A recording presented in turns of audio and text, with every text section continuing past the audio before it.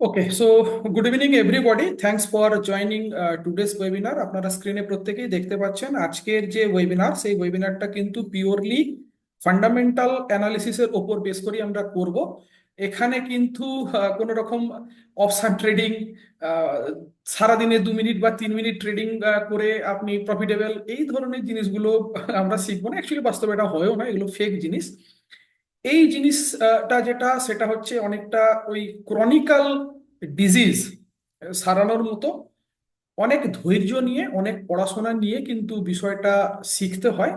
দু ধরনের মানুষ কিন্তু আমরা স্টক মার্কেটে দেখতে পাই। এক ধরনের মানুষ যারা মার্কেটে আসেন, কিছুদিন ট্রেডিং করেন, তারা হারিয়ে যান। ঠিক আছে, মেইনলি তারা অপশন ট্রেডিং করেন, ইন্ট্রাডে ট্রেডিং করেন। আর কিছু ধরনের মানুষ আছেন যারা ফান্ডামেন্টালটাকে খুব ভালোভাবে বিলিভ করেন এবং তারা লং টার্মে চিন্তা ভাবনা করে স্টক মার্কেটে আসেন। এখানে খুব একটা গুরুত্বপূর্ণ কথা আছে, সেটা হচ্ছে যে আপনি যখন ফান্ডামেন্টালি অ্যানালিসিস করে কোনো স্টক বাই করছেন, আপনি কোম্পানির বিজনেস কিনছেন, কোম্পানির শেয়ারটা কিনছেন না। আর আপনি যদি শর্ট টার্মের জন্য আসেন, টেকনিক্যাল অ্যানালিসিস করে মার্কেটে আসেন, তাহলে আপনি কোম্পানির বিজনেস কিনছেন না, আপনি কোম্পানির শেয়ার কিনছেন। ঠিক আছে, তো দুটো ভিউ আলাদা। Technical analysis, option trading, option selling, এর ওপর প্রচুর ওয়েবিনার এটাকে আমি করেছি, যেগুলো আমার ইউটিউব চ্যানেলের মধ্যে দেওয়া আছে। আজকের যে ওয়েবিনারটা, সেটা কিন্তু মেনলি আমরা যেটা শিখবো, সেটা হচ্ছে যে ফিনান্সিয়াল রেশিওস, এইগুলো কিভাবে আমরা পড়ি এবং কিভাবে আমরা অ্যানালিসিস করে কোন স্টকটা আন্ডার ভ্যালুড স্টক, কোনটা ওভার ভ্যালুড স্টক, কোন স্টকটার বিজনেস প্রোফাইলটা ভালো, এই জিনিসগুলো কিন্তু আমরা জানবো।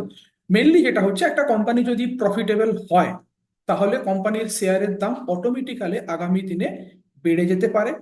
শেয়ার বাজার যদি পড়ে যায়, একটা কথা আমাদের সকলকে মনে রাখতে হবে, শেয়ার বাজার যদি পড়ে যায়, তাহলে শেয়ারের দামের পতন হয়, সেটা সাময়িক, সেটা সাময়িক।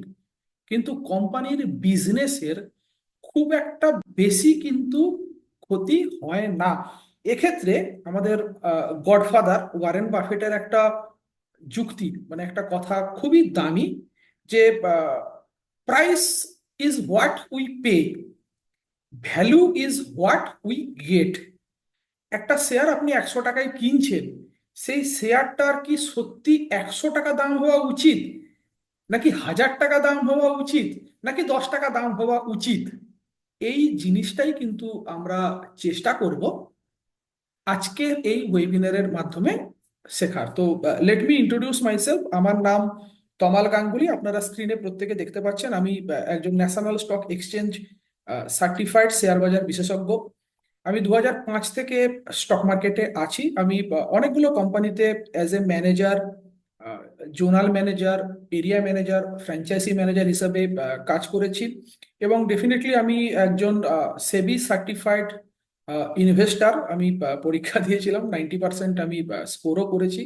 তো এই 19 বছরে আমি যতটুকু শিখেছি, সেই জিনিসটাই আজকে চেষ্টা করব আপনাদের সঙ্গে শেয়ার করার। তার মানে এই নয় যে 19 বছর হয়ে গেছে মানে আমি পুরোটা জানি। আমিও এখনো শিখছি। যদি আমি পুরোটা জানতাম, হয়তো তাহলে 100% স্কোর করতাম। 90% করেছি, 10% এখনো আমার মধ্যে কিন্তু খামতি আছে। তো চেষ্টা করব আগামী দিনে সেটাও রিকভার করার। আজকের এই যে ভিডিওটা, এই ভিডিওটা টোটালটাই কিন্তু আমরা একটা এডুকেশনাল পারপাসের মধ্যে নেব। General disclaimer from SEBI's end, যেটা আমাদের প্রত্যেককেই দিতে হয়। I am not a finfluencer. আমি আজকের এই ওয়েবিনারের মাধ্যমে কোনোভাবেই কাউকে স্টক মার্কেটে আসার জন্য উদ্বুদ্ধ করছি না। যে যার নিজের দায়িত্বে আসবেন, কিন্তু যিনি এসে গেছেন, শিখে আসুন, এটাই আমার প্রচেষ্টা রইল। স্টক মার্কেট সত্যি খুব রিস্কি একটা বিষয়। এখানে market risk, business risk, liquidity risk, ঠিক আছে, এক্সটার্নাল রিস্ক, ঠিক আছে, সিস্টেমেটিক রিস্ক, অনেক ধরনের আনসিস্টেমেটিক রিস্ক, প্রচুর প্রচুর প্রচুর কিন্তু রিস্ক থাকে, ক্রেডিট রিস্ক থাকে। খুব রিস্কি একটা বিষয়। সমস্ত রিস্ক রিলেটেড যে প্যারামিটার্স গুলো জেনে নিয়েই কিন্তু আমরা স্টক মার্কেটে আসবো।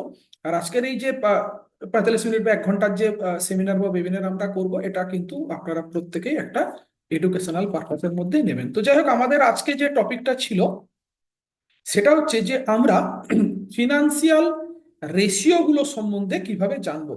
এর জন্য খুব ভালো একটা বই আছে, যেটা আমাদের মহামান্য সেবি আমাদেরকে প্রোভাইড করে রেখেছে, NISM সিরিজ 15XV। এই বইটা আপনারা প্রত্যেকে ডাউনলোড করে নেবেন, ফ্রি অফ কস্টে পাওয়া যায়। ইলেকট্রনিক কপিটা ফ্রি অফ কস্টে পাওয়া যায়। আর কেউ যদি মনে হয় যে না, আপনার কাছে ল্যাপটপ বা কম্পিউটার নেই, ছোট স্ক্রিনে আপনার পড়াশোনা করতে একটু সমস্যা হচ্ছে, আপনি ফ্লিপকার্ট বা অ্যামাজনে চলে যেতে পারেন। জীবনে প্রচুর টাকা আপনারা হয়তো অনেকেই নষ্ট করেছেন।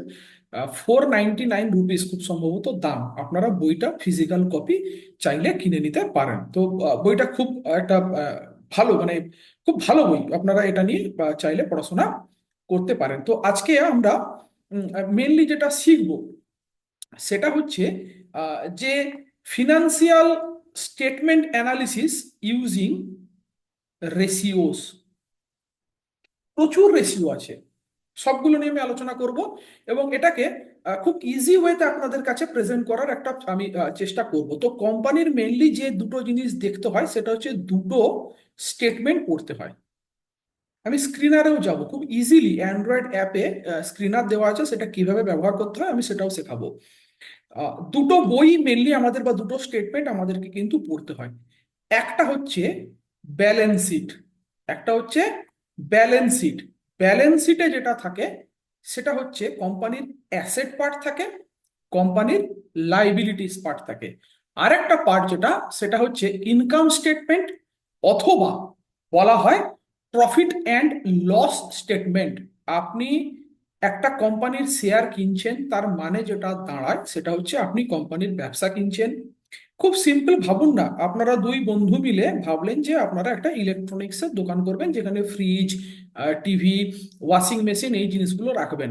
তো বাজারের উপর একটা দোকান নিতে তার ধরুন ইনিশিয়াল ডিপোজিট, আপনার দোকানটা সাজানো, ডেকোরেশন করা, বা আপনি প্রোডাক্টস গুলো তুলবেন, দেখা গেল যে 5 লাখ টাকা খরচা আছে। খুব ভালো কথা, দুজনে মিলে 2.5 লাখ টাকা, 2.5 লাখ টাকা করে দুই বন্ধু ব্যবসা শুরু করলেন। আপনার কাছে 2.5 লাখ টাকা নেই, আপনার কাছে 1 লাখ টাকা আছে, আপনি 1.5 লাখ টাকা লোন নিলেন। ঠিক আছে, এই যে দুজনে মিলে 5 লাখ টাকা ইনভেস্ট করলেন, 1 বছর পরে আপনারা দুজনে বা দুই বন্ধু দেখবেন যে 5 লাখ টাকা ইনভেস্ট করে আমার আর্নিং হয়েছে 1 লাখ টাকা, সমস্ত খরচাপাতি বাদ দিয়ে আর্নিং হয়েছে আমার 1 লাখ টাকা। তাহলে দুই বন্ধু মিলে আপনারা যেটা করলেন সেটা হচ্ছে যে আপনারা 50,000 50,000 টাকা করে আপনারা দুজনে প্রফিট করলেন। কিন্তু যখন আমরা শেয়ার কিনি, এখানে দুই বন্ধুর ব্যাপার নয়, এখানে কিন্তু লক্ষ লক্ষ কোটি কোটি বন্ধুর ব্যাপার। আমরা যারা শেয়ার কিনি আমরা ইনভেস্টার, যদি ফান্ডামেন্টালি ভাবি আমরা ইনভেস্টার। আমরা আমাদের কষ্টার্জিত টাকা সেই বিজনেসেই আমরা ইনভেস্ট করব, যে বিজনেসটা প্রফিটেবল, যে বিজনেসটা আগামী দিনে আমাকে 4টি পয়সা ইনকাম করে দিতে পারে, এবং সেই ইনকামটা যেন ব্যাংক বা পোস্ট অফিসের থেকে বেশি হয়, এবং আমার এই ইনকামটা যেন ইনফ্লেশনকে বিট করে। ইনফ্লেশনকে বিট করে মানে কি, ব্যাংকে রাখলে সিনিয়র সিটিজেন খুব সম্ভবত পাচ্ছেন 7%, আমি ধরে নিচ্ছি জেনারেল পাবলিক 7% পাচ্ছেন। আপনি আজকের ডেটে 1 লাখ টাকা ব্যাংকে রেখেছেন, আপনি পাবেন 7,000 টাকা। 1 বছর পরে আপনি পাবেন 7,000 টাকা, সিম্পল ইন্টারেস্টে। কম্পাউন্ড ইন্টারেস্ট গল্পটা আলাদা, ঠিক আছে, কারণ কম্পাউন্ড ইন্টারেস্ট যেটা, সেটা 8th wonder of the world, sir Isaac নিউটনের কথা অনুযায়ী। এবার বিষয় যেটা হচ্ছে, 7% আপনার রিটার্ন রেট, ইনফ্লেশন চলছে 9%। তার মানে আপনি যেখানে ইনভেস্ট করেছেন আপনি -2%-এ আছেন। ভাবুন না, যারা মোটরসাইকেল চালাতে শুরু করেছিলেন, জীবনে প্রথম পেট্রোলটা কত টাকায় ভরেছিলেন, আর আজকে পেট্রোল কত টাকায় আপনি ভরছেন। যিনি বোনের বিয়ে দিয়েছেন, মেয়ের বিয়ে দিয়েছেন, সোনা কত টাকায় কিনেছিলেন, আজকে সোনা কত টাকায় কিনছেন। ইনফ্লেশন ঊর্ধ্বমুখী, প্রত্যেকটা জিনিসের দাম আগামী দিনে বাড়বে, এখনো বেড়ে যাচ্ছে। তাহলে আমাদের ইনভেস্টমেন্ট এমন হওয়া উচিত যেটা ইনফ্লেশনকে বিট করে। একমাত্র স্টক মার্কেট, একমাত্র স্টক মার্কেট, ইভেন বন্ডও পারে না, বন্ড মার্কেটও পারে না, এই ইনফ্লেশনকে বিট করতে পারে যদি আমরা ওয়াইজলি ইনভেস্ট করি।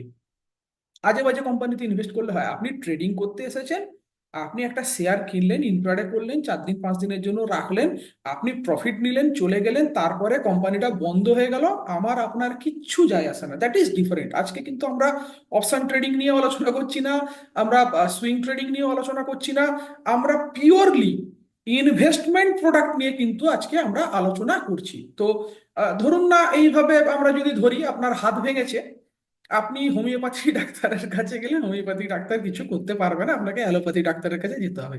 কিন্তু বাঙালি মানে একটু বেরিয়ে যায়, আপনার আমাশা হয়েছে, তো আমার মনে হয় সেখানে ক্রনিক ডিজিজ যেহেতু, সেটা হোমিওপ্যাথি ডাক্তার যিনি উনি কিওর করতে পারেন। তো লং প্রসপেক্টিভের জন্য কিন্তু আমরা ফান্ডামেন্টাল অ্যানালিসিসকে চুজ করি। অ্যান্ড আমার 19 ইয়ার্সের এক্সপিরিয়েন্সে আমি যেটা দেখেছি সেটা হচ্ছে, এই মার্কেট থেকে ইনভেস্টার যারা আলটিমেটলি লং টার্মে তারাই জয়ী হয়। আপনি অপশন ট্রেডিং করে যদি 1 লাখ টাকা ইনকাম করেও ফেলেছেন, একটুখানি ভেবে দেখুন দেখি টাকাটাকে রাখতে পেরেছেন, নাকি 1 লাখ টাকা প্রফিট বেরিয়ে যাওয়ার সঙ্গে সঙ্গে আরো 2 লাখ টাকা আপনার অ্যাকাউন্ট থেকে চলে গেছে। টাটা মোটরস 72 টাকায় চলে এসেছিল করোনার সময়, 1172 টাকার দাম হয়েছে। আরভিএনএল 32 টাকা থেকে কত গেছে বলবো না, আপনারা শুনবেন। ঠিক আছে, এখনো কিন্তু এমন কিছু স্টক পড়ে আছে যেটার আগামী দিলে পোটেনশিয়াল আছে। আমি একটা স্টক নিয়ে ডেফিনেটলি আলোচনা করব, তবে পিওরলি সেটা মানে এডুকেশনাল পারপাসের জন্য। কেনা বেচার কোনো রেকমেন্ডেশন আমার অধিকার নেই বলার, আমি বলছি না। কিন্তু কিভাবে আগামী দিনে এই স্টকগুলো আপনারাও বাঁচতে পারবেন, সেটারই কিন্তু একটা সিনোপসিস আজকে আমরা দেবো। আমাদের নর্মালি যেটা হওয়া উচিত সেটা আমিও করেছি। আমিও 2005-এ কার্ভিতে ব্রাঞ্চ ম্যানেজার ছিলাম। উম, ভালো টাকা বেতন পেতাম। 2006-এ প্রায় আমার 1,27,000 টাকা লস হয়েছিল, আমি স্বীকার করি। ঠিক আছে, 19 ইয়ার্স আছি মানে যে আমার লস হয় না, আমি সারাদিন প্রফিট করি, বাজে কথা। যে বলে বাজে কথা, সবার লস হয়, লস আমারও হয়, কিন্তু সেটাকে মিনিমাইজ করার ক্ষমতাটা রাখতে হবে। আমরা 100 টাকা নিয়ে শেয়ার বাজারে যদি আসি, 40 টাকা ভালো স্টক কিনবো, 40 টাকা সুইং ট্রেডিং করব, 20 টাকা আমরা ইন্ট্রাডে ট্রেডিং করব। এটা খুব রিস্কি, এটা চলে গেল। কিন্তু আমাকে বাঁচানোর জন্য এই জিনিসটা আছে। স্টক মার্কেটে এলে ফার্স্ট প্রায়োরিটি আপনার যেটা হওয়া উচিত সেটা হচ্ছে ক্যাপিটাল প্রোটেকশন।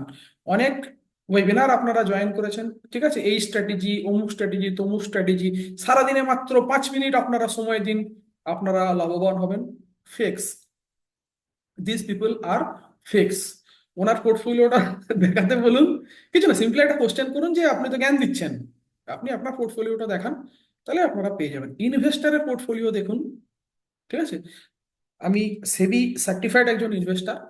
ইনভেস্টারের পোর্টফোলিওটা ডেফিনেট করে দেখুন, তাহলে বুঝতে পারবেন। এইগুলো অ্যাকচুয়ালি মানুষকে মিসগাইড করা খুব খুব বাজে কথা। যাক, তো আমাদের মেনলি, আমি টপিকে আসি, মেনলি যেটা হচ্ছে সেটা হচ্ছে যে financial statement analysis using ratios.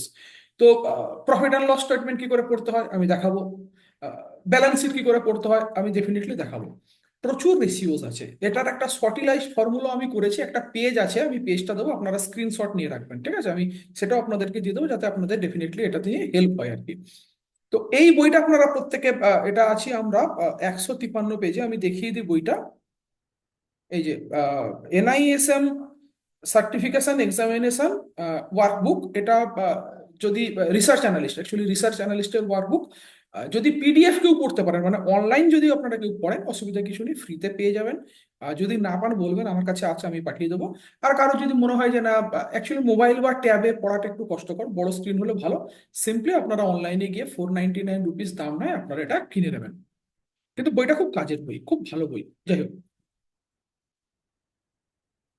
ওকে, তাহলে বিভিন্ন ধরনের রেশিওস আছে, আমরা একটু আলোচনা করি। এটাও বলে রাখি, বিষয়টা কিন্তু একটু জটিল। ঠিক আছে, মানে এই নয় যে আমি আপনাদেরকে এক্ষুনি এটা ট্রেড করে দেবো, এটা ট্রেড করে একটা বিরাট কিছু প্রফিট টফিট দেখিয়ে দেবো, না। জটিল, যার ধৈর্য আছে মন দিয়ে শিখবেন, যদি শিখতে পারেন ডেফিনেটলি লাইফে প্রসপার করার কিন্তু একটা মানে উপায় আছে। তো কমনলি ইউজ যে রেশিওস, তার মধ্যে যেটা আছে সেটা ফার্স্ট, যেটা সেটা হচ্ছে প্রফিটেবিলিটি রেশিওস। প্রফিটেবিলিটি মানে কি, আমি যে কোম্পানিতে ইনভেস্ট করছি সেই কোম্পানিটা যদি প্রফিটে থাকে তাহলে কি সুবিধা হতে পারে। একটা সুবিধা যেটা হতে পারে সেটা হচ্ছে যে আমি যে শেয়ারটায় ইনভেস্ট করেছি সেই শেয়ারটার দাম বাড়তে পারে। দ্বিতীয়ত যেটা হতে পারে সেটা হচ্ছে কোম্পানি আমাকে ডিভিডেন্ড দিতে পারে। কোনো কোনো কোম্পানি যেটা আছে সেটা হচ্ছে অ্যানুয়াল ডিভিডেন্ড দেয়, কোনো কোনো কোম্পানি যেটা আছে সেটা হচ্ছে আমাকে ইন্টারিম ডিভিডেন্ড দেয়। প্রচুর কোম্পানি আছে যারা বছরে দুবার ডিভিডেন্ড দেয়। কোন কোন কোম্পানিগুলো হাই ডিভিডেন্ড পেইং, সেটার জন্য স্ক্রিনার আছে, সেটার জন্য কিন্তু স্ক্রিনার আছে, আমি দেখাবো। আজকের ডেটে আমি যদি ইনভেস্টর হই, আমি একটা কোম্পানির শেয়ার কেন কিনছি? আমি কোম্পানিতে টাকা ঢালছি এই কারণেই যে কোম্পানির যারা ম্যানেজমেন্ট আছে তারা আমার টাকাটাকে তাদের ব্যবসায় ব্যবহার করে আমার জন্য কিছু প্রফিট আর্ন করে দেবে। এই কারণেই কিন্তু আমি কোম্পানিতে টাকাটা দিচ্ছি।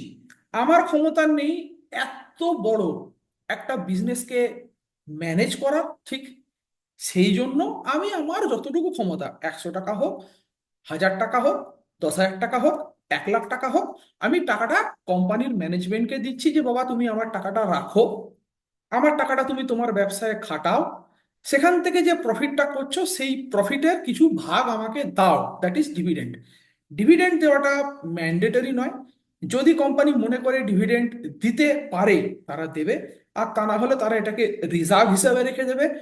এই রিজার্ভের টাকাটাকে ব্যবহার করে তারা কোম্পানির বিজনেসটাকে এক্সপ্যান্ড করবে। অনেক কোম্পানি আছে যারা ম্যাচিওর্ড হয়ে গেছে, বেদান্তা, ব্রিটানিয়া, ঠিক আছে, আইওসি, এদের ফার্দার বিজনেসের কোনো স্কোপ নেই, মানে নতুন করে ব্যবসাটাকে বাড়ানোর আর কোনো স্কোপ নেই।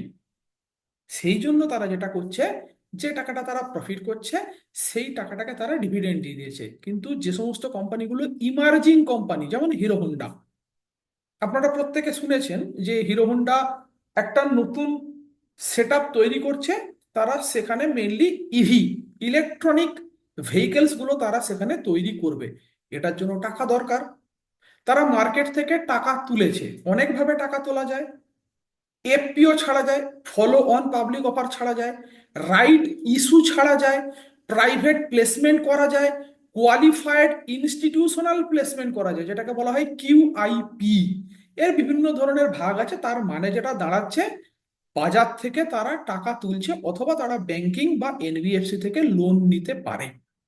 আলটিমেটলি এই হিরো হোন্ডার ধরুন আহ, ব্যবসাটা সম্প্রসারণ করার জন্য 1 কোটি টাকা দরকার, কিন্তু ও দেখলো যে আমার রিজার্ভে, মানে আমার আপনার টাকা যেটা হিরো হোন্ডা প্রফিট করেছিল, আমার আপনার টাকায় হিরো হোন্ডা যেটা প্রফিট করেছিল, যে টাকাটা ডিভিডেন্ড হিসাবে হিরো হোন্ডা দেয়নি, সেই টাকাটা কিন্তু তারা ব্যবসায় ব্যবহার করলো।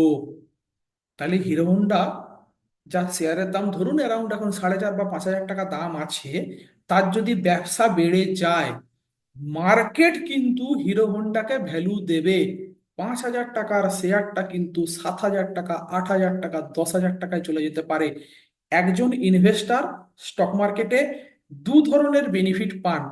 একটা হচ্ছে স্টকের অ্যাপ্রিসিয়েশন। আপনি 1,000 টাকায় কিনেছিলেন স্টকটা, সেই স্টকটার দাম বেরিয়েছে 1,200 টাকা, 1,300 টাকা, আপনি আপনার টাকার ক্যাপিটাল অ্যাপ্রিসিয়েশন পেলেন।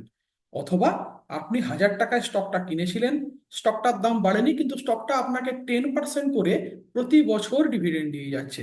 আপনি ব্যাংকে ফিক্সড ডিপোজিট করলে যে টাকাটা পান, আপনি একটুখানি দেখে নিন যে 1 লাখ টাকা হিরো হন্ডায় ইনভেস্ট করেছি, আমি বছরে পাচ্ছি 10,000 টাকা, আর 1 লাখ টাকা আর আমি ব্যাংকে রেখেছি, আমি বছরে পাচ্ছি 7,000 টাকা। এই কম্পারিজনটা আপনাকে দেখতে হবে যে কোথায় গেলে আপনি পাচ্ছেন। কিন্তু ব্যাংকে গেলে কি হচ্ছে, আপনার গ্যারেন্টেড রিটার্ন, আপনি ফিক্সড ডিপোজিটের এগেনস্টে যে সুদটা পেয়েছেন সেই সুদটাই পাবেন। এখানে কিন্তু আপনি 10% ডিভিডেন্ডও পেতে পারেন, আর 1,000 টাকার হিরো হোন্ডাটা বা 1,000 টাকার যে শেয়ারটা আপনি কিনেছেন সেটা 10,000 টাকাও কিন্তু হয়ে যেতে পারে।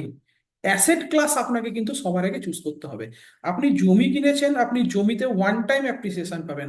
আপনি সোনা কিনেছেন, আপনি সোনাতে ওয়ান টাইম অ্যাপ্রিসিয়েশন পাবেন। কিন্তু আপনি রিয়েল এস্টেট কিনেছেন, আপনি একটা ফ্ল্যাট কিনেছেন, আপনি ফ্ল্যাটটার ভাড়াও পাবেন।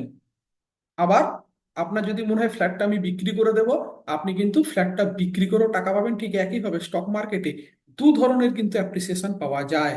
একটা হচ্ছে আপনি 10 বছর ধরে স্টকটাই ইনভেস্টেড ছিলেন, 10 বছর ধরে আপনি ডিভিডেন্ড গেইন করেছেন, আপনার টাকার দরকার, আপনি যেটা করলেন সেটা হচ্ছে স্টকটা বিক্রি করে দিলেন এবং লিকুইডিটি এই মার্কেটে খুব হাই। 1 সেকেন্ড থেকে 2 সেকেন্ড লাগে একটা স্টক কিনতে বা বিক্রি করতে, এবং T+2 সেটেলমেন্টে 2 দিনের মধ্যে আপনি আপনার টাকাটা কিন্তু হাতে পেয়ে যাবেন। এটা তো খুব ভালো জিনিস, কিন্তু প্রশ্ন যেটা হচ্ছে সেটা হচ্ছে হোয়াট টু বাই, কোনটা কিনবো। এটার জন্য লাগে ফান্ডামেন্টাল অ্যানালিসিস, তারপরে যেটা লাগে সেটা হচ্ছে কখন কিনবো। তার জন্য চার্ট অ্যানালিসিস আপনাকে করতে হবে, তার জন্য লাগে কিন্তু টেকনিক্যাল অ্যানালিসিস।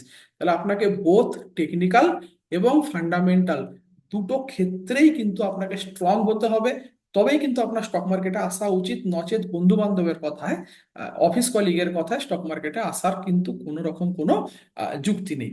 তো এখানে যে ধরনের জিনিসগুলো থাকে, সেটা প্রথমে যেটা হচ্ছে এবিটডা মার্জিন। ঠিক আছে, বিষয়টা একটু আপনাদের হয়তো জটিল মনে হতে পারে।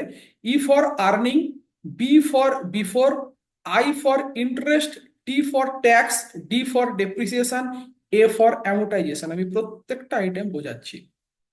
একটা কোম্পানি সেলস করে একটা টাকা ইনকাম করেছে, সাপোজ সেটা ধরুন 1 লাখ। 1 লাখ টাকা কোম্পানির ঘরে ঢুকেছে, কিন্তু এই 1 লাখ টাকাটা নেট প্রফিট নয়, that is called gross profit. কেন গ্রস প্রফিট? এর মধ্যে অনেক অনেক অনেক কিছু খরচা কিন্তু রয়ে গেছে, যেটা profit and loss statement analysis করলে আমরা পাই। কি কি খরচা আছে? Cost of good sold. এই যে 1 লাখ টাকা ইনকাম করতে এমনি এমনি 1 লাখ টাকা চলে এসছে, এসিসি সিমেন্ট তৈরি করেছে, কাঁচামাল লাগেনি, লেবার লাগেনি, ঠিক আছে, তার ওয়্যার হাউসের জন্য টাকা লাগেনি, বা সিমেন্টের বস্তাটা যিনি স্টকিস্ট আছেন তার কাছ অবধি পৌঁছাতে তার ট্রান্সপোর্টেশন লাগেনি, তার একটা পার্সেন্টেজ এখান থেকে নেগেটিভ হলো, এসে দাঁড়ালো 90,000। ভালো কথা, খুব ভালো কথা। তারপরে যেটা দেখালো যে এই যে 90,000 টাকা ইনকাম করতে কোম্পানির ক্যাপিটাল লেগেছে, কোম্পানির 2 ধরনের ক্যাপিটাল হয়, একটা হচ্ছে আরওই মানে রিটার্ন অন ইকুইটি, আর একটা হচ্ছে আর ও সিই, রিটার্ন অন ক্যাপিটাল এমপ্লয়েড। তফাৎ কি? ইকুইটি মানে কোম্পানি শেয়ারে মানে বাজারে শেয়ার ছেড়ে কি আর্নিং করেছে, আর ও সি মানে কি? Equity plus depth, equity plus depth. What is equity, what is depth? আমি আপনি শেয়ার কিনেছি, ইকুইটি, যদিও এটা সেকেন্ডারি মার্কেটে ট্রেড হয়। সেকেন্ডারি মার্কেট মানে যখন শেয়ার লিস্টিং হয় সেটা সেকেন্ডারি মার্কেটে চলে যায়, আর লিস্টিং হওয়ার আগে যখন আমরা আইপিওতে কিনি তখন সেটা প্রাইমারি মার্কেটে ট্রেড হয়। যদি আইপিওতে আমরা শেয়ার কিনি, এই যে টাকাটা, এই টাকাটা কোম্পানির ঘরে যায়, কিন্তু শেয়ারটা যখন লিস্টেড হয়ে ট্রেডের জন্য চলে আসে তখন কিন্তু ইনভেস্টার টু ইনভেস্টার টাকাটা রোটেশন হয়, মানে হাত বদল হয়। আমার কাছে ছিল, আমার মনে হয়েছে যে আমি ভালো লেভেলে প্রফিট করেছি, আমি বিক্রি করতে চাইছি। আপনি কিনতে এসেছেন, আপনার মনে হয়েছে যে না, এখান থেকে আরো বাড়তে পারে, আপনি কিনলেন, তখন শেয়ারের হাত বদল হলো। তো প্রাইমারি মার্কেট আর সেকেন্ডারি মার্কেটের বিষয় যেটা এটাই, ঠিক আছে। এবার কোম্পানির দেখা গেল যে কোম্পানি যে পরিমাণ টাকা ধার করেছে তাকে সুদ দিতে হচ্ছে 50%, প্রফিটের 50%। ঠিক আছে, তাহলে 90 থেকে 50% মানে 45 টাকা বাদ চলে গেল। চলে এলো কত? 45 টাকা। কোম্পানি প্রফিট করেছে 1 lakh, gross profit, gross profit. EBIT মানে কি? Earning before interest, tax, depreciation, amortisation, এতগুলো কথা আছে। ভালো কথা। তাহলে 45 টাকা দাঁড়িয়েছে। এই 45 টাকার মধ্যে গভর্নমেন্টের বিভিন্ন রুল আছে।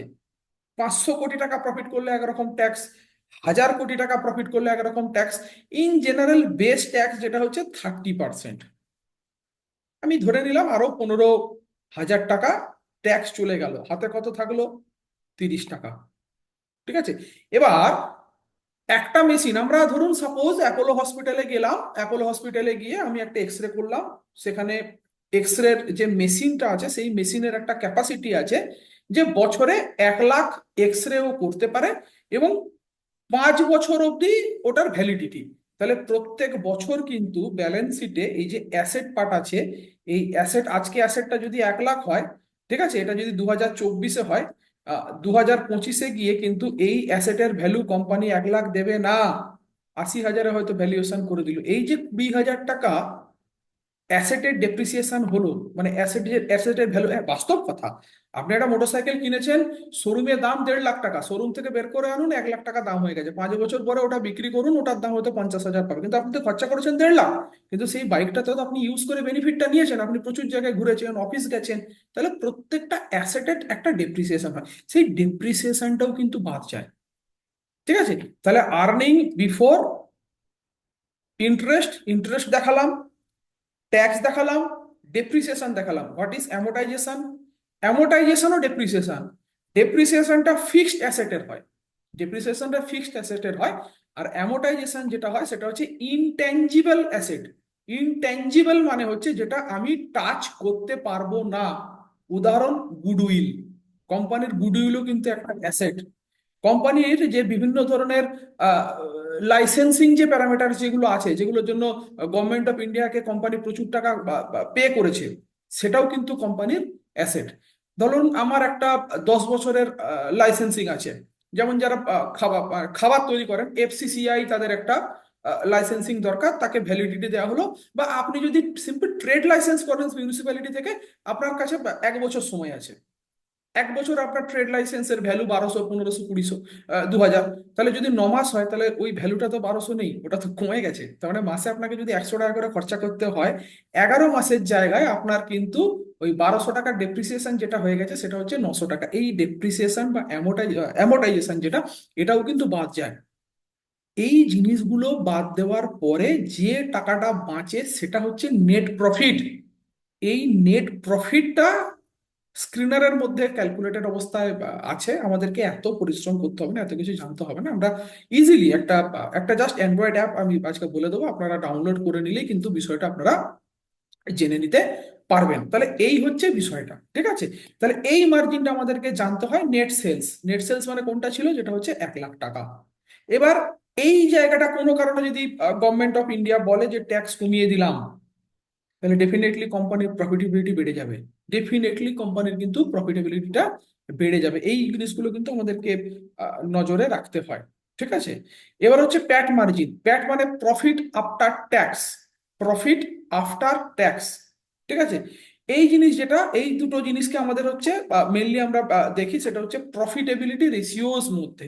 এবার ধরুন এমন একটা জিনিস হলো, খুব সিম্পল জিনিস, কোম্পানির নাম এ, 2024-এ gross profit, not net, gross profit হচ্ছে 1 লাখ টাকা। সে বছর ও সুদ দিয়েছিল 50,000। 2025-এ গিয়ে কোম্পানির যে বিজনেস ছিল, বিজনেস সেম আছে, আবার 1 লাখ টাকা গ্রস প্রফিট করেছে, কিন্তু এবছর সুদ দিয়েছে 10,000 টাকা। 40,000 টাকা সুদ তাকে কম দিতে হয়েছে। তার কারণ কি? কোম্পানির যা ধার দেনা ছিল, কোম্পানির যা ধার দেনা ছিল সেই ধার দেনাটা কিন্তু কোম্পানি মিটিয়ে দিয়েছে। এই কারণে একটা কনসেপ্ট আসে, সেটা হচ্ছে বলা হয় ডেপ্থ ফ্রি। এটাকে বলা হয় ডেপ্থ ফ্রি। যে সমস্ত কোম্পানিগুলো ডেপ্থ ফ্রি, সেই কোম্পানিগুলো আমাদের কাছে খুব লুক্রেটিভ একটা কোম্পানি, খুব লুক্রেটিভ কোম্পানি। আপনি 1 লাখ টাকা গ্রস প্রফিট, কিন্তু সেটা নিজের টাকায় নয়, ধারের টাকায়। তো 1 লাখ টাকা যদি প্রফিট করেন, আপনার মশাই 90,000 টাকা তো সুদ দিতে চলে যাচ্ছে। কিন্তু যদি এমন হয় আমি 50,000 টাকা প্রফিট করেছি, কিন্তু 50,000 টাকা আমার নিজের টাকায়, তাহলে কোন কোম্পানিটা ভালো হবে? ডেফিনেটলি যদি নিজের টাকায় আমি ব্যবসাটা করি, সেই কোম্পানিটা ভালো হবে। সেটারও কিন্তু স্ক্রিনার আছে, যেখানে আমরা ডেপ্থ ফ্রি কোম্পানি যেগুলো আছে, সেই কোম্পানিগুলো কিন্তু আমরা খুঁজে নিতে পারি। ঠিক আছে, তো একটু ছোট্ট করে জেনে নিই, আমি অনেকক্ষণ ধরে বকবক করে যাচ্ছি। আমরা কি কি নতুন কিছু শিখছি, মানে বিষয়টা কি একটু ইন্টারেস্টিং লাগছে? যদি ভালো লাগে কাইন্ডলি একটু ইয়েস টাইপ করবেন, আর যদি না লাগে নো টাইপ করবেন, যে হ্যাঁ বোরিং, এসব আমার দরকার নেই, আমি শুধু অপশন ট্রেডিং করবো। আর যদি ভালো লাগে একটুখানি আমাকে কাইন্ডলি জানাবেন।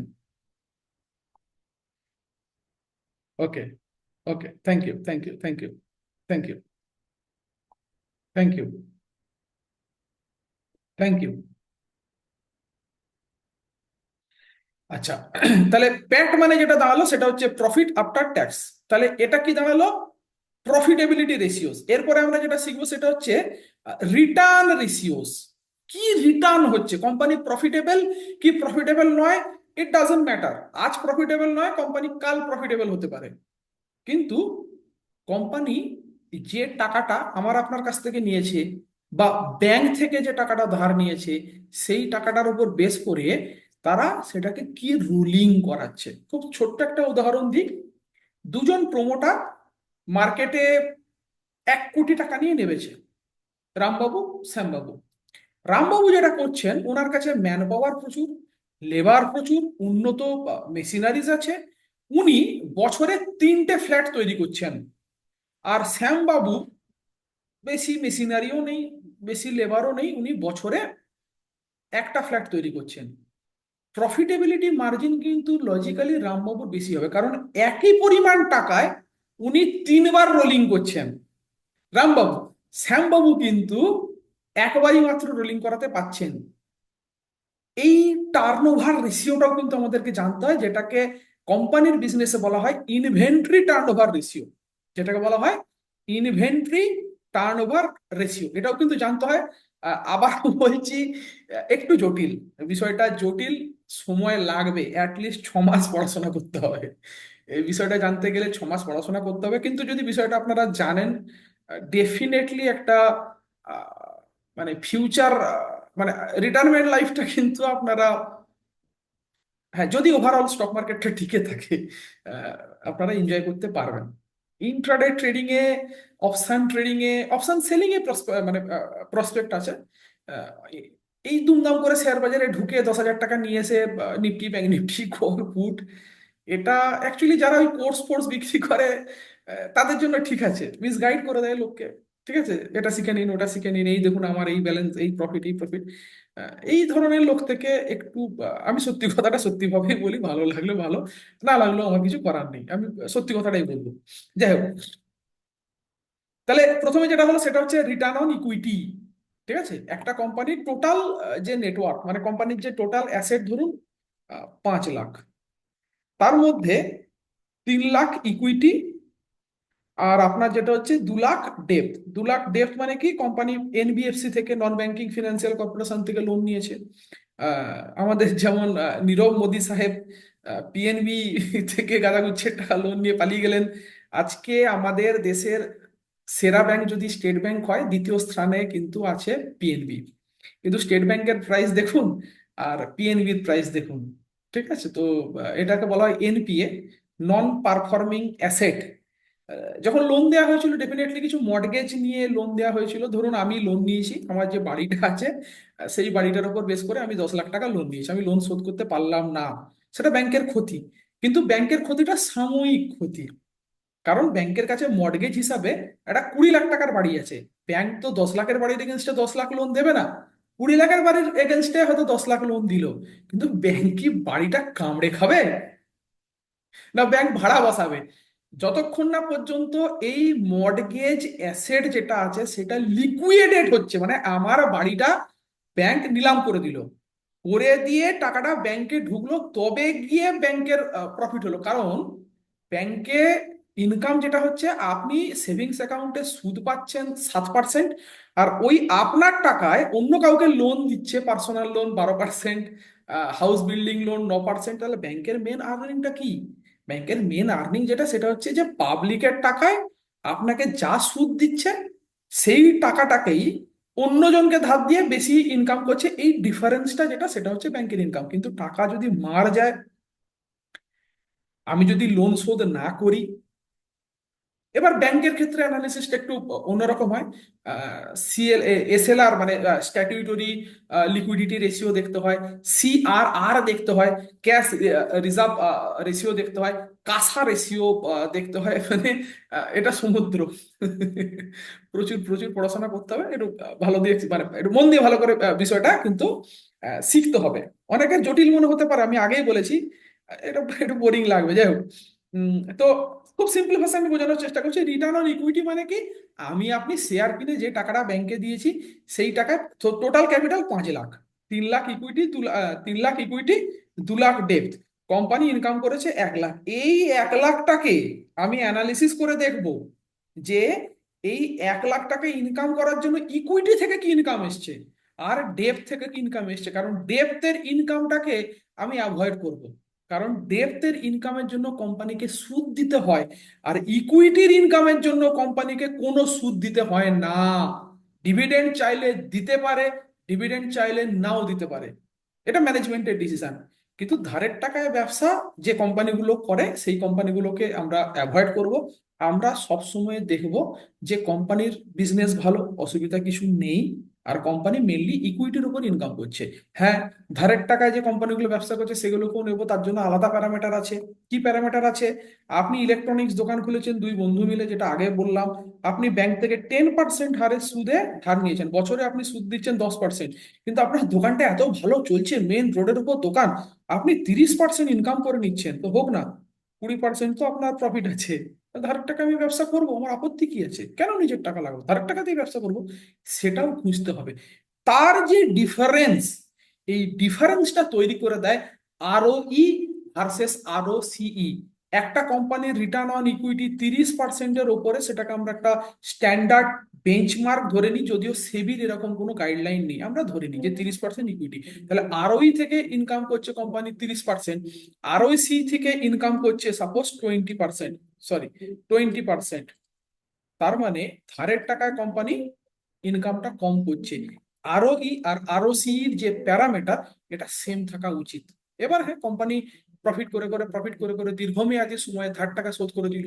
যেমন ইউকো ব্যাংক ডেট ফ্রি, কিন্তু ব্যাংকেরটা হচ্ছে ওই যে বললাম এখন ডেট ফ্রি, কালকে আমি 5 কোটি টাকা ইউকো ব্যাংক থেকে ধার নিলাম, ব্যবসা বাণিজ্য ফুটে গেল, দিয়ে আমি আমেরিকায় গিয়ে বসে রইলাম, তখন কিন্তু ব্যবসাটা আমার নষ্ট হয়ে গেল। এটা খুব তীক্ষ্ণভাবে কিন্তু আমাদের নজরে রাখতে হবে।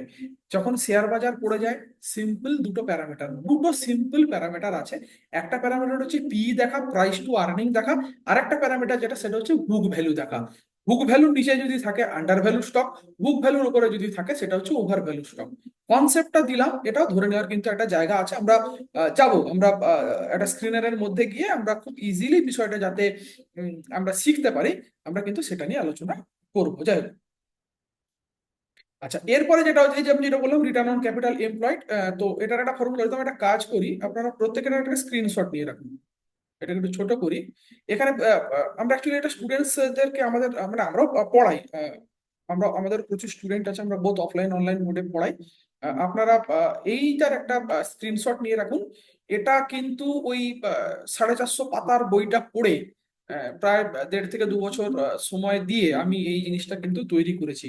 এটা প্রত্যেকে আপনারা একটা স্ক্রিনশট আপনারা নিয়ে রাখুন, এটা আপনাদের কাজে লাগবে। ঠিক আছে, এটা কাজে লাগবে। যদি কারোর কোনো সমস্যা হয় বলুন, আমি আমার সাথে যোগাযোগ করতে পারেন, অথবা আমাদের টিমের সাথে যোগাযোগ করতে পারেন, আমি এটা পিডিএফ ফাইলটা প্রোভাইড করে দেবো। যাই হোক। আচ্ছা, এরপরে যেটা হচ্ছে, এটা একটা এক্সাম্পল দেওয়া আছে, এটা অ্যাকচুয়ালি পড়াতে গেলে মিনিমাম আমার 3-6 ঘন্টা লাগবে। এরপরে যেটা সেটা হচ্ছে লিভারেজ রেশিও, যেটা সেটা হচ্ছে ডেপ্থ টু ইকুইটি রেশিও, যেটা আমি এতক্ষণ আপনাদেরকে বোঝাচ্ছিলাম। কোম্পানির ডেপ্থ বেশি না ইকুইটি বেশি? অলওয়েজ একটা কোম্পানির ইকুইটি বেশি থাকা উচিত, কারণ ইকুইটির ওপর সুদ দিতে হয় না। প্রফিট হলে ডিভিডেন্ড দিতেও পারে, না দিতেও পারে, রিজার্ভ রেখে দিতে পারে কোম্পানি, রিজার্ভ অ্যান্ড সারপ্লাসের মধ্যে কিন্তু রেখে দিতে পারে।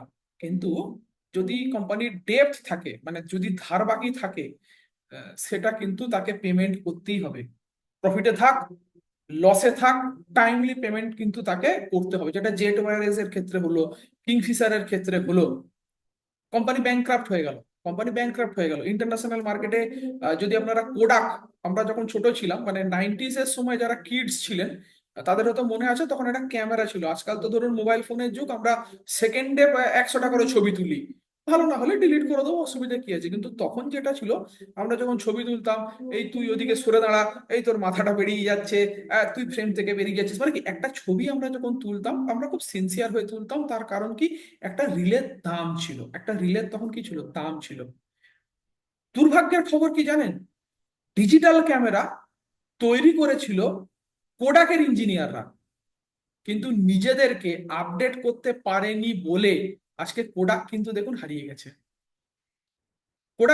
যত দিন যাচ্ছে স্টক মার্কেটে প্রচুর প্রচুর প্রচুর পরিবর্তন হচ্ছে। আজকে বাসে ট্রেনে অ্যান্ড্রয়েড অ্যাপের মাধ্যমে আমরা ট্রেড করতে পারি। আমার সময়ে অফিসে যখন আমি কার্ভিতে বা রেলিগারে ম্যানেজার ছিলাম, হলদিয়াতে রেলিগারে ম্যানেজার ছিলাম, আমাদের আমাদের ডিলার ছিল 10 জন। তখন এলইডি স্ক্রিনও আসেনি, ওই টিভির মতো স্ক্রিন গুলো ছিল। অফিসে সবাই আসতো, ডিলারকে ঘিরে লোকে বসে থাকতো। ঠিক আছে। তো ওই ছোটবেলায় একটা গল্প পড়েছিলাম, ওই ওল্ড অ্যান্টিক মার্গি মার্গি নিয়ে একটা গল্প পড়েছিলাম, অ্যান্টিক বুকস। ঠিক আছে স্যার, আইজ্যাক ইমোসব সামথিং কেউ একজন ছিলেন, মানে সায়েন্স ফিকশনের একটা গল্প ছিল। মানে আমরা যেমন এখন বই পড়ি, ওই বইটা অ্যাকচুয়ালি যেটা হয়েছিল সেটা হচ্ছে ইভলভ হয়ে গেছিল। প্রত্যেকের বাড়িতে একটা করে কম্পিউটার টিচার ছিল। স্কুল ফিস্কুল উঠে গেছে, মানে স্কুলে কোনো মাস্টারমশাই নেই, প্রত্যেকের বাড়িতে একটা করে মেকানিক্যাল টিচার আছেন। আর কাউন্টি ইন্সপেক্টর একজন ছিলেন যিনি গিয়ে কম্পিউটার কম্পিউটার গুলো সারিয়ে দিতেন আর কি। তো ওই বইটা দেখে যেমন আজ থেকে 200 বছর পরে ছেলেরা আটকে উঠবে, আহ, ঠিক একই ভাবে ওই কনসেপ্টটাও কিন্তু আমার সাথে ফিজিক্যাল শেয়ার চলতো। আমি কাগজের শেয়ার দেখেছি, আমার অফিসে এসে লোকে কাগজের শেয়ারকে ডিমেটালাইজ করেছে। যাই হোক, তো আমার বলার বক্তব্য হচ্ছে লর্ড ডারউইনের যে তত্ত্বটা আছে বিবর্তন, এটা সম্বন্ধে অবগত হতে হবে। নিজেকে যদি আমরা আপডেটেড করতে না পারি তাহলে কিন্তু আমরা হারিয়ে যাব। আহ, এখন ইন্টারনেটের যুগে বিষয়টা অনেক ইজি হয়ে গেছে, তখন আমাদের পক্ষে ফান্ডামেন্টাল অ্যানালিসিস করাটা খুব কঠিন ছিল। গ্যাজেট বেরোতো, তো সেই গ্যাজেট দেখে আমাদেরকে পড়াশোনা করতে হতো, যদিও তখন অ্যাকচুয়ালি আমি অতটা কিছু বুঝতাম না, বাস্তব কথা আমি বুঝতাম না। কিন্তু এখন অনেক ইজি হয়ে গেছে। সিম্পলি একটা অ্যান্ড্রয়েড অ্যাপ যদি আপনি আপনার মোবাইলে রাখেন, আপনি দুনিয়ার তথ্য পাবেন, প্লাস আপনি কোম্পানির ওয়েবসাইটেও যেতে পারেন। কিন্তু সেটা কিভাবে পড়তে হয় এইটা শিখতে হবে। তারই কিছু ইনস্ট্যান্স আমি আজকে চেষ্টা করছি আপনাদের সঙ্গে জানানো। তাহলে ডেপ টু ইকুইটি, অলওয়েজ কোম্পানির ইকুইটি এটা লেস দ্যান ওয়ান হওয়া ভালো। এটা লেস দ্যান ওয়ান হওয়া ভালো। একটা কোম্পানির অলওয়েজ ইকুইটি বেশি থাকা উচিত, ডেপথ কিন্তু কম থাকা উচিত। ইন্টারেস্ট কভারেজ রেশিও আপনাকে জানতে হবে যে কোম্পানির ইন্টারেস্ট দেওয়ার অলরেডি ক্ষমতা আছে কিনা। তার জন্য ক্রিসিল আছে, বিভিন্ন ক্রেডিট রেটিং এজেন্সিস আছে। আপনারা অনেক সময় দেখবেন সিরাম ট্রান্সপোর্ট রেপুটেড সংস্থা, ওরা 9.7%-এ কিন্তু টাকা দিয়ে মার্কেট, মানে টাকা ছেড়ে মার্কেট তোলে, মানে ডিবেঞ্চার হোক বা বন্ড হোক বা এফডি হোক, এগুলো ইউজ করে। তাহলে ব্যাংকে রাখলে 7%, এরা দিচ্ছে 9.7%। ভালো ইন্টারেস্ট দিচ্ছে, 10% ইন্টারেস্ট আমার পিপিএফ এ দেয় না। কিন্তু এই কোম্পানিতে যে আপনি টাকা ইনভেস্ট করবেন, এই কোম্পানির টাকাটা আপনাকে ফেরত দেওয়ার জন্য ক্ষমতা আছে কিনা, সেটার অ্যানালিসিস যেটা করে সেটা হচ্ছে ক্রিসিল করে। তার জন্য বিভিন্ন রেট হয়, এ হয়, ডবল এ হয়, ট্রিপল এ হয়, এ প্লাস প্লাস হয়। ক্রিসিলের কিন্তু শেয়ার আছে, ক্রিসিলেরও কিন্তু শেয়ার আছে। ঠিক আছে, আপনি বম্বে স্টক এক্সচেঞ্জ কিনেছেন, আপনি সিডিএসএল কিনেছেন, ঠিক আছে। তো এদের ব্যবসাটা কিন্তু অ্যাকচুয়ালি বসে বসে, এদের ব্যবসাটা বসে বসে। এমন কোম্পানি কেনা উচিত যেটা প্রাইসিং পাওয়ার কোম্পানির হাতে থাকে। তো প্রাইসিং পাওয়ার নিয়ে অ্যাকচুয়ালি আমার ভিডিও আছে। মানে আপনি ধরুন বাজারে গেলেন, আপনি বাজারে গিয়ে আপনি সাপোজ কিনবেন, আপনার হচ্ছে গিয়ে এমনি সবজি বাজার আপনি করবেন। তো আপনি বা মাছ কিনবেন, ইলিশ মাছ কত করে কিলো, না বা ইলিশ মাছের কিলো হচ্ছে বাবু 1700 টাকা। আপনি সেখানে গিয়ে যেটা করলেন সেটা হচ্ছে একটা বার্গেনিং করলেন, এই 1500 টাকা করে হবে, ঠিক আছে। তো বার্গেনিং পাওয়ার কার হাতে? আপনার হাতে। ভগবান আল্লাহ খোদা না করুক হার্ট অ্যাটাক হলো, অ্যাপোলো হসপিটালে গেছেন, আইসিইউ তে ভর্তি হতে হবে, ওখানে গিয়ে কি আপনি বার্গেনিং করেন? পেড চার্জ দাদা 200 টাকা কম হবে? সেখানে প্রাইসিং পাওয়ারটা কার হাতে? ডেফিনেটলি কোম্পানির হাতে। এমন কোম্পানি কেনা উচিত যেটা প্রাইসিং পাওয়ার কোম্পানির হাতে থাকে, আমার আপনার হাতে থাকা নয়। তো এটা এর উপরও আমার অ্যাকচুয়ালি ভিডিও আছে। আমার যদি ইউটিউব চ্যানেলে আপনারা যান, আপনারা গেলে দেখতে পাবেন। আমি দেখিয়ে দিচ্ছি, এই যে প্রাইসিং পাওয়ারের উপর কিন্তু আমার এখানে ভিডিও আছে। এই ভিডিওটা আপনারা চাইলে প্রত্যেকে দেখতে পাবেন। আপনারা গুগলে সিম্পল তমাল গাঙ্গুলি খুঁজলে আমাকে পেয়ে যাবেন, অসুবিধা কিছু নেই। আর চ্যানেলের নাম হচ্ছে Tamal Ganguly NSC certified market professional. প্রচুর প্রচুর প্রচুর তথ্য আছে, ঠিক আছে, প্রচুর তথ্য আছে। এবং যতটা আমি জানি সেটা চেষ্টা করেছি অনেকটাই ফ্রি অফ কস্টে আপনাদের সঙ্গে শেয়ার করার জন্য। তো আপনারা চাইলে এটাও একবার চোখ বুলিয়ে নিতে পারেন। যাই হোক, এক মিনিট। এরপর যেটা সেটা হচ্ছে লিকুইডিটি রেশিও, কারেন্ট রেশিও। তার মধ্যে থাকে কারেন্ট অ্যাসেট বাই কোম্পানির কারেন্ট লাইবিলিটিস। যেমন ইকুইটি সবসময় বেশি হওয়া উচিত, ডেপ্থ কম হওয়া উচিত, তো ঠিক একইভাবে একটা কোম্পানির অ্যাসেট বেশি থাকা উচিত, লাইবিলিটিস কম থাকা উচিত। সে বিভিন্ন ধরনের অ্যাসেট হোক, আমার অসুবিধা কিছু নেই। যেমন বোম্বে ডাইং, বোম্বে ডাইং এর এক সময় চাদর যেটা ছিল, খুব ফেমাস চাদর ছিল, আমরা প্রত্যেকেই শুনেছি। কিন্তু বোম্বে ডাইং এর চাদরের যা দাম, একজন সাধারণ মানুষের পক্ষে একটা বিছানার চাদর 1500 টাকায় কিনে আনাটা মনে হয় সম্ভব নয়। যেখানে চায়নার চাদর বা নর্মাল চাদর আপনি 250 টাকা 300 টাকায় পাচ্ছেন। তো বোম্বে ডাইং এর অবস্থা খুব শোচনীয় হয়ে গেছিল। কিন্তু বোম্বে ডাইং যেটা করেছিল সেটা হচ্ছে আহ মুম্বাইতে সমুদ্রের ধারে ওরা প্রচুর ল্যান্ড কিনে রেখেছিল, মানে জমি কেনা ছিল, পরে ওরা প্রমোটিং এ নেমে যায়, সেখান থেকে কোম্পানি কিন্তু আজকে ডেট আবার ঘুরে দাঁড়িয়েছে, সেখান থেকে কোম্পানি আবার কিন্তু ঘুরে দাঁড়িয়েছে। এটার জন্য আবার ক্যাশ ফ্লোস পড়তে হয়, তিন ধরনের ক্যাশ ফ্লোস হয়, ঠিক আছে? Cash from operating activities, cash from financing activities, cash from investing activities. এই ক্যাশ ফ্লো স্টেটমেন্টটাও জানাটা কিন্তু খুব বড়। একটা কোম্পানি হঠাৎ করে 200 কোটি টাকা প্রফিট করেছে, যে কোম্পানিটা গত বছর 10 কোটি টাকা লসে ছিল, আমি আপনি গুগল টুগল নিউজ ফিউজ পড়ে নিলাম, আরে বাপরে বাপরে 200 কোটি টাকা প্রফিট করেছে, তার মানে কোম্পানি এবার বাড়বে, দুম করে কিনে নিলাম। কিন্তু দেখতে হবে ওই 200 টাকাটা কোথা থেকে কোম্পানি এসেছে। সেই জমিদারি প্রথার মতো কোনো অ্যাসেট বিক্রি করে কোম্পানি পায়নি তো, যদি পায় সেটা খারাপ, যদি পায় সেটা খারাপ। আমি সেফটি পিন তৈরি করি, সেফটি পিন বিক্রি করে আমার যে প্রফিটটা এসছে সেটা হচ্ছে ক্যাশ ফ্রম অপারেশনাল অ্যাক্টিভিটিস। আমার ফোকাস যেটা থাকবে সেটা হচ্ছে অপারেশনাল অ্যাক্টিভিটিস এর উপর ফোকাসটা থাকবে, এটা পজিটিভ হওয়া ভালো, বাকি দুটো নেগেটিভ হওয়া ভালো। কি বললাম? ক্যাশ ফ্রম অপারেশনাল অ্যাক্টিভিটিস যেটা, সেটা পজিটিভ হওয়া ভালো, আর ক্যাশ ফ্রম ফাইন্যান্সিং অ্যাক্টিভিটিস বা ক্যাশ ফ্রম আপনার ইনভেস্টিং অ্যাক্টিভিটিস, এটা নেগেটিভ হওয়া ভালো। Cash from investing activities negative মানে কি?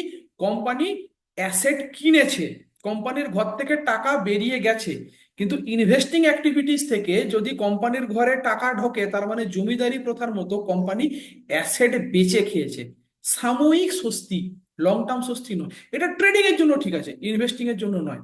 ক্যাশ ফ্রম ফাইন্যান্সিং অ্যাক্টিভিটিস, কোম্পানির ঘরে টাকা ঢুকেছে, তার মানে কোম্পানি ধার নিয়েছে। কোম্পানির ঘরে টাকা ঢোকা মানে কোম্পানির ঘরে টাকা এলো, কিন্তু টাকাটা কোত্থেকে এলো? ধারের টাকা এলো, এটা বাজে। কিন্তু ক্যাশ ফ্রম ফাইন্যান্সিং অ্যাক্টিভিটিস যদি নেগেটিভ হয়, তার মানে কোম্পানি ধার শোধ করেছে। এই জিনিসগুলো কিন্তু এটা আবার বলছি যে আমি হয়তো ইজিলি ব্যাপারটা বলে দিতে পারছি, কিন্তু এর পেছনে আমার দীর্ঘদিনের পড়াশোনা বলুন, দীর্ঘদিনের পরিশ্রম, এই জিনিসটা আছে, এটাও কিন্তু আপনাদেরকে অ্যাকোয়ার করে নিতে হবে, ঠিক আছে? Quick ratio, current asset minus inventories by current liabilities. Current রেশিওতে কি বলছে? Current asset by current liabilities, ভালো করে এটা আমাদেরকে বুঝতে হবে। কারেন্ট রেশিও হচ্ছে current asset by current liabilities, quick রেশিওতে এই কারেন্ট অ্যাসেট থেকে ইনভেন্টরি বাদ যাবে, ইনভেন্টরি বাদ যাবে, ঠিক আছে? তো হোয়াট ইজ ইনভেন্টরি? খুব সিম্পল ভাষায় আমি বোঝাচ্ছি আমি আপনাদেরকে। সাপোজ এসিসি সিমেন্ট, এসিসি সিমেন্টের 5 লাখ বস্তা সিমেন্ট রেডি আছে, এখনো বিক্রি হয়নি। 5 লাখ সিমেন্ট রেডি আছে, বস্তা সিমেন্ট রেডি আছে, এখনো বিক্রি হয়নি, আমার অ্যাসেট, এটা আমার অ্যাসেট। কালকে যেটা হলো সেটা হচ্ছে যে গোডাউনে আমি রেখেছিলাম মালটা, সেই গোডাউনের টিনের ছাদটা ঝড়ে উড়ে গেল, আর এমন একটা বৃষ্টি হলো যে 2 মানুষ জল জমে গেছে, আর এই 5 লাখ বস্তা যে সিমেন্ট, এটা নষ্ট, এটা নষ্ট। তাহলে আজকে যেটা অ্যাসেট ছিল, উইদিন 10 আওয়ার্স আমার লাইবিলিটি হয়ে গেল, হতেই পারে, ঠিক আছে? এটা এই জিনিসটা আবার ব্যাংকিং ইন্ডাস্ট্রিতে নষ্ট হওয়ার কিছু নেই, ঠিক আছে? ক্যাপিটাল গুডসে নষ্ট হওয়ার ব্যাপার আছে, ফুড প্রসেসিং এ আছে। আপনি ধরুন বরুণ বিভারেজ কিনেছেন, পেপসি কিনেছেন, পেপসির বোতল বিক্রি হলো না, 6 মাসের একটা এক্সপায়ারি থাকে, ঠিক আছে? 6 মাসের মধ্যে আপনার পেপসি বিক্রি হলো না, নষ্ট, কোম্পানির ঘরে সেটা ফেরত যাবে। তাহলে বিভিন্ন ক্যাটাগরির শেয়ার আছে, সেই শেয়ারগুলো, এটা ব্যাংকিং এর ক্ষেত্রে অ্যাপ্লিকেবল নয়, ব্যাংকিং এর ক্ষেত্রে অ্যাপ্লিকেবল নয়, রিয়েল এস্টেটে অ্যাপ্লিকেবল। এক প্রমোটারের 10টা ফ্ল্যাট আছে, বিক্রি হয়নি, ভূমিকম্প হলো, ফ্ল্যাটগুলো ধসে গেল, হতে পারে। তাহলে কোন শেয়ার কিনছেন, তার অ্যাসেট ক্লাস সম্বন্ধেও কিন্তু, মানে মেনলি যেটা, সেটা হচ্ছে সেক্টোরিয়াল অ্যানালিসিস হয় যখন মার্কেট পড়ে। আপনারা অনেকেই হয়তো শুনেছেন, শেয়ার বাজার যখন পড়ে তখন আইটি আইটি কোম্পানির শেয়ারগুলোর দাম বেড়ে যায়, ঠিক আছে? বা এফএমসিজি দাম বেড়ে যায়। হ্যাঁ, শেয়ার বাজার যখন পড়ে দেখবেন এফএমসিজি, ডাবর বেড়ে যাবে, আইটিসি বেড়ে যাবে, হিন্দুস্তান ইউনিলিভার বেড়ে যাবে, কারণ এগুলো হচ্ছে একটা সেফ ইনভেস্টমেন্ট। আপনাকে আইটিসির আশীর্বাদ আটা খেতেই হবে, কিছু করার নেই। আপনাকে নেসলের ম্যাগির খেতেই হবে। তো শেয়ার বাজার যদি পড়ে যায়, আপনি কি চাল ডাল খাওয়া বন্ধ করবেন, সর্ষের তেল খাওয়া বন্ধ করবেন? করবেন না। মানুষ তখন যেটা হয় সেটা হচ্ছে সেফ সাইডে চলে যায়। ডলারের দাম যখন বাড়ে, যখন ডলার বেড়ে যায়, ঠিক আছে, তখন দেখবেন আইটি কোম্পানির যে শেয়ারগুলো আছে সেইগুলো বেড়ে যায়। কেন বেড়ে যায়?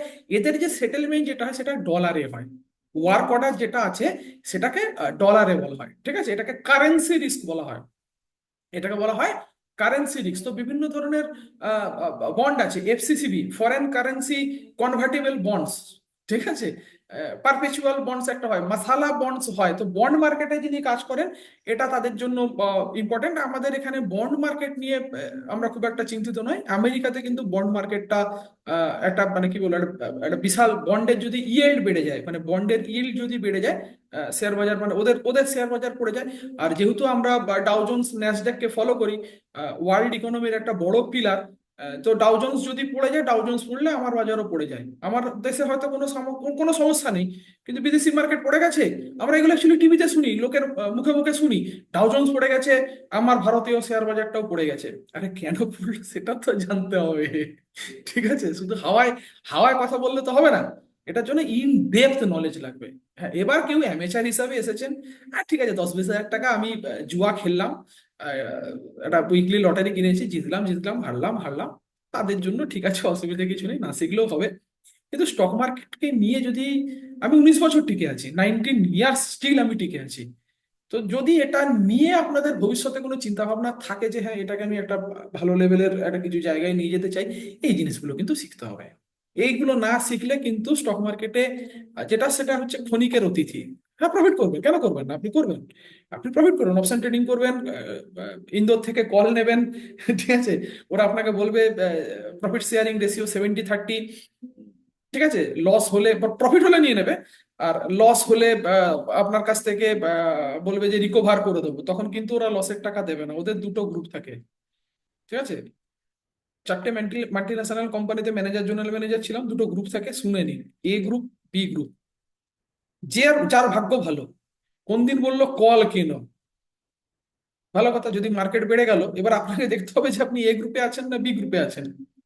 এ গ্রুপে বললো কল কিনো, আর বি গ্রুপে বললো পুট কিনো। এরা নিজেরা কিছু জেনে বলে না, কিচ্ছু জানে না। ঠিক আছে, যার ভাগ্য ভালো সেদিন সেটা লেগে গেল, অসুবিধা কিছু নেই। আজ পর্যন্ত কেউ এই কল নিয়ে প্রফিট করতে পারেনি, এটা আমি বলছি না, সেবি বলছে। 90% তথ্য দেখে নিন, 90% people are in loss, only 10% people are in profit. এই 10% কারা? এরা institution, DII, domestic institutional investor, FII, foreign institutional investor, bigger hands, যারা মার্কেটটাকে নিজেদের ইচ্ছে মতো ঘোরাতে পারে, তারাই এই মার্কেটে প্রফিটেবল। আর কারা প্রফিটেবল? আমি 70 টাকায় 72 টাকায় টাটা মোটরস কিনেছিলাম, চলে গেল 100 টাকা। আপনি 100 টাকায় কিনলেন, চলে এলো 90 টাকা, আপনি লস বুক করে বেরিয়ে গেলেন, কিন্তু এই লোকটা কিনে ভুলে গিয়েছিল। ঠিক আছে, ধরে নিন এরকম হয়েছিল, আপনি 2018 সালে, 2018 সালে আপনার কোনো পরিচিত বন্ধু ছিল, আপনাকে বলেছিল, আপনি শেয়ার বাজার কিছু বোঝেন না, আপনার কোনো ইন্টারেস্টও নেই, আপনার একটা বন্ধু বলেছিল যে টাটা মোটরস খুব ভালো শেয়ার হবে। জোর করেই বন্ধু আপনাকে আহ, আপনাকে ধরুন না 1000 পিস শেয়ার কিনে দিয়েছিল। আপনি বন্ধুর কথা এড়াতে পারেননি, 72 হাজার টাকা আপনি মনে মনে ধরে নিয়েছেন যে গেল, টাকাটা তো ভুলে গেছেন, বুঝলেন, ভুলে গেছেন, আপনার মনে নেই। হঠাৎ করে 2024-এ এরকম একটা সিচুয়েশন ধরুন আপনার সাথে হলো। 2024-এ আপনার কাছে একটা মেসেজ এলো বা কিছু একটা চিঠি এলো, টাটা মোটরসের কিছু একটা ম্যানেজমেন্টের কিছু প্রোগ্রাম বা ভোটিং ফোটিং কিছু একটা আছে। আপনার মনে পড়েছে, আরে বাবা রে, আরে 6 বছর আগে তো টাটা মোটর কিনেছিলাম, দেখি তো কি হয়েছে। হঠাৎ করে আপনি যেটা দেখলেন সেটা হচ্ছে যে আপনি 1172 টাকা করে 1000 শেয়ারে ফেরত পাচ্ছেন। আর যে লোকটা রোজ মার্কেট দেখছে, আজ 72, কাল 74, কাল 75, কাল 80, আবার চলে এলো 60 টাকা, ওই লোকটাই লস করছে, ওই লোকটাই লস করছে। হ্যাঁ, এটার সিস্টেম আছে, ইম্পালস কারেকশন, টেকনিক্যাল নিয়ে প্রচুর প্রচুর আমার এই করা আছে, মানে আমার ইউটিউবে আছে, আপনারা করবেন, আজকে টেকনিক্যাল নিয়ে আলোচনা করবেন না। যিনি এটা বোঝেন, ফিবোনাচি বোঝেন, ইএমএ ক্রস ওভার বোঝেন, আরএসআই বোঝেন, এই জিনিসগুলো যিনি বোঝেন ইন্টারে করছেন। আর যিনি কিছু বোঝেন না, ভালো শেয়ার যদি কিনে রেখে দেন, আবারও বলছি এডুকেশনাল পারপাসে, ট্র্যাক রেকর্ডের বাইরে গিয়ে ভালো শেয়ার কিনে যদি আপনি ইনভেস্টেড থাকেন লং টার্মে, ডেফিনেটলি আপনি স্টক থেকে গেইন করবেন। যদি না কোম্পানির বিজনেস খারাপ হয়, শেয়ার বাজার যদি পড়ে যায়, কোম্পানির বিজনেস খারাপ হয় না, শেয়ার বাজার তুঙ্গে, কিন্তু দেখা গেল কোম্পানির কোনো কোর্ট ইস্যু এসে গেছে, কোম্পানির কোনো কগনিজেন্ট লাইবিলিটিস চলে এসছে, কোম্পানির কোনো বিজনেস থ্রেট এসছে, কোম্পানির যেমন ডেল্টা কর্পোরেশনের শেয়ার একদিনে 30% ক্র্যাশ করেছিল, কারণ কি? ক্যাসিনোর ওপর ভারত সরকার একটা হিউজ লেভেলের ট্যাক্স বাড়িয়ে দিয়েছিল। এরকম যদি কিছু ঘটনা ঘটে, তাহলে সেটা কিছু করার নেই। শেয়ার বাজার নিফটি 50,000 চলে গেলেও যদি কোম্পানির বিজনেস খারাপ হয়ে যায়, ও শেয়ারের দাম বাড়বে না। ব্রাইট প্রম গ্রুপ বলে একটা শেয়ার আছে, ওদের খুব ভালো প্রফিটেবল ব্যবসা, 110 টাকা চলে গেছিল, শেয়ার বাজার তো এত বেড়ে গেল, শেয়ারটা বাড়েনি কেন? তার কারণ কি, ওরা একটা কিছু অ্যানাউন্সমেন্ট করেছিল যেটা সেবি প্রহিবিশন অ্যাক্টের মধ্যে পড়ে গেছে, মানে অ্যাকচুয়ালি সেবির কেস খেয়েছে। যদি ওই কেসটা থেকে ওরা বেঁচে ফিরতে পারে, তাহলে ওই শেয়ারটা আপনারা আর কিনতে পারবেন না। যেদিন ওই নিউজ আসবে সেদিনই শেয়ারটা বাইং ফ্রিজ হতে হতে হতে হতে বেরিয়ে যাবে। কিন্তু সেই নিউজটা আসছে কি আসছে না, আপনাকে সেই ট্র্যাক রেকর্ডটা কিন্তু রাখতে হবে। ঠিক আছে, তো এটা আপনাকে আপনাকে কিন্তু কন্টিনিউয়াস একটা আহ, পড়াশোনার মধ্যে কিন্তু থাকতে হবে। ওকে, এবার হচ্ছে efficiency ratio, account receivable turn over. মানে অনেক কোম্পানি যেটা হচ্ছে, আপনারা দেখবেন যদি কারোর ওষুধ দোকান থাকে, কোম্পানি থেকে আপনাকে ধারে কিছু জিনিস দিয়ে যায়। তো কোম্পানি যে আপনাকে ধার দিল, কোম্পানি যদি টাকাটা ফেরত না পায়, তাহলে আপনার কাছে কোম্পানি যেটা দেখাবে সেটা হচ্ছে অ্যাকাউন্ট রিসিভেবল। যদি পেয়ে গেল ভালো, যদি না পেলো ব্যাড ডেপ্ট, সেটা দেখতে হবে। অ্যাকাউন্টস পেয়েবল রেশিও আপনাকে দেখতে হবে, যদিও এটা খুব একটা ইম্পর্টেন্ট নয়। অ্যাসেট টার্নওভার রেশিও দেখতে হবে। ইনভেন্টরি টার্নওভার রেশিও যেটা, এটা খুব ইম্পর্টেন্ট, কারণ ওই যে বললাম দুজন promoter, mister A mister B, 1 crore টাকা নিয়ে দুজনে নেমেছেন, এ বছরে 3টে ফ্ল্যাট বানাচ্ছে, আর মিস্টার বি বছরে একটা ফ্ল্যাট বানাচ্ছে, তাহলে রোটেশনটা যার বেশি, ডেফিনেটলি সেই বিষয়টা কিন্তু আমাকে দেখতে হবে। তো এটা অ্যাকচুয়ালি ইনভেন্টরি টার্নওভার রেশিওর মধ্যে কিন্তু আমাদের এই জিনিসটা পাওয়া যায়। ঠিক আছে, তো এইটা হচ্ছে মোটামুটি আমাদের একটা রেশিও। এবারে আপনারা জিনিসগুলো কোথা থেকে পাবেন, এই জিনিসগুলো আপনারা অ্যাকচুয়ালি কোথা থেকে পাবেন সেটা আমি আপনাদেরকে দেখিয়ে দিই।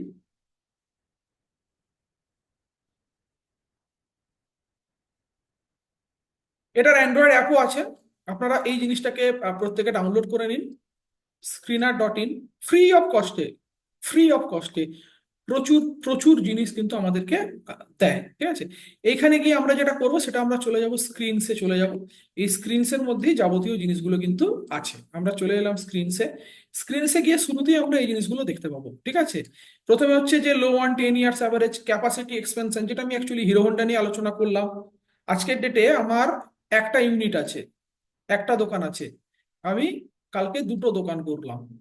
একটা ইজি এক্সাম্পল দিই।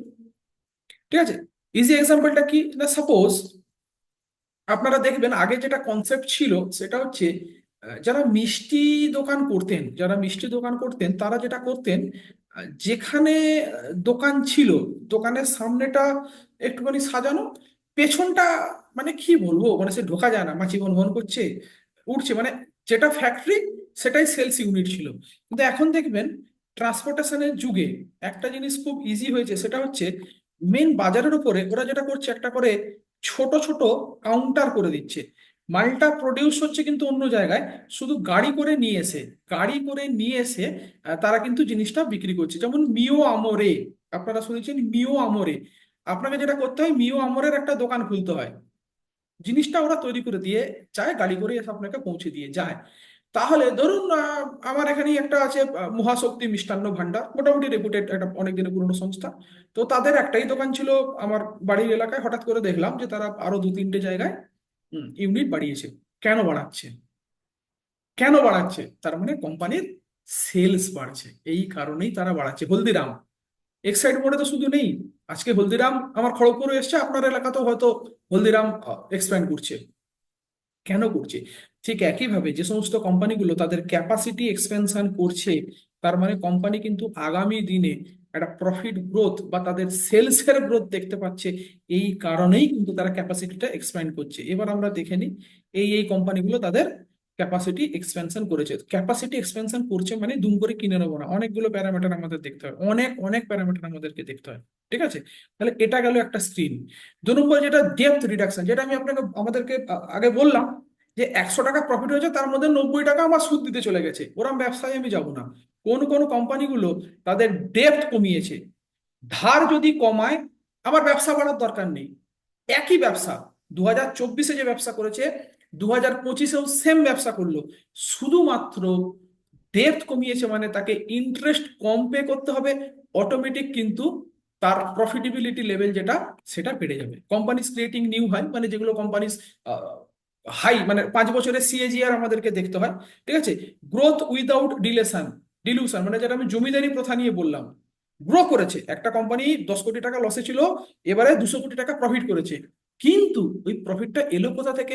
উইদাউট ডিলিউশন মানে কি, না কোনো অ্যাসেট বিক্রি করেনি কোম্পানি, তার অপারেটিং প্রফিটটা বাড়িয়েছে কোম্পানি, তার অপারেটিং প্রফিটটা বাড়িয়েছে। এখানে প্রচুর, এই যে দেখুন 16 টাকার একটা শেয়ার আছে, কে বলতে পারে না এডুকেশনাল পারপাস, কোনো টিপস নয়, সেবির গাইডলাইন মেনে চলতে হয়, কে বলতে পারে না যে এই ষোলো ষোলো টাকাটা কাল 1600 টাকা হয়ে যেতে পারে? কিন্তু এর জন্য যেটা করতে হবে সেটা হচ্ছে এই কোম্পানির এতগুলো জিনিস আপনাকে করতে হবে: market cap, current price, high low, স্টকের P, book value, dividend yield, ROCE, ROE, face value, industry P, PEG ratio মানে growth ratio, price to book value, debt to equity, current ratio, free cash flows কি আছে, FII holding কি আছে, আনপ্লেসড holding কি আছে, quick ratio কি আছে, inventory turnover কি আছে, এন্টারপ্রাইজ ভ্যালু কি আছে, আর্নিং ইয়েল্ড কি আছে, আর্নিং পার শেয়ার কি আছে, সেলস গ্রোথ কি আছে 5 বছরে, খুব ভালো সেলস গ্রোথ আছে লাস্ট 5 বছরে, এটা খুব ভালো সেলস গ্রোথ আছে, ঠিক আছে।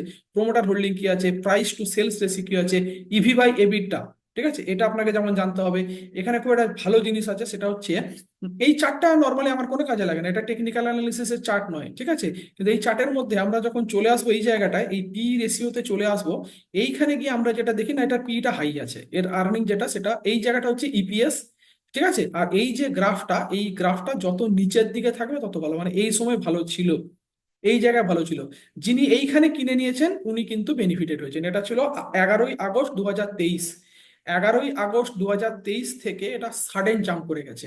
তাহলে এই জায়গাটা আমাদের কিন্তু ধরতে হবে, এটা মিডিয়ান পি, সিম্পল ফর্মুলা, মানে এটা একদম খুব আমাদের সিম্পল ফর্মুলা। এই যে গ্রাফগুলো আছে এটা হচ্ছে আর্নিংটা, কোম্পানির আর্নিং কি হচ্ছে সেই অনুযায়ী পি, কারণ আমাদের এটা যে ফর্মুলা সেটা হচ্ছে সিএমপি বাই ইপিএস। তো এইটা নিয়ে ফান্ডামেন্টালের উপর কিন্তু 8 থেকে 9টা ভিডিও আমার করা আছে, আপনারা চাইলে, আপনার প্রত্যেকে চাইলে একবার এটা কিন্তু দেখে নিতে পারেন। আমি একবার লিঙ্কটা আমি আবার দেখিয়ে দিই আমি আপনাদেরকে, আপনারা যদি চান। এখানে কিন্তু কোনোভাবে কোনো বিজনেস প্রমোশন করা নেই, আমি জাস্ট শেখাতে চেয়েছি, আমি জাস্ট শেখানোর জন্য দিয়েছি, আমি দেখিয়ে দিই। আচ্ছা, এটা প্রত্যেকে আপনারা দেখবেন, হ্যাঁ? এটা আমি আমার ইউটিউবের কোনো ভিডিওতে আজ পর্যন্ত কাউকে কিছু শেয়ার ফেয়ার করতে বলিনি, লাইক সাবস্ক্রিপশনও বলিনি।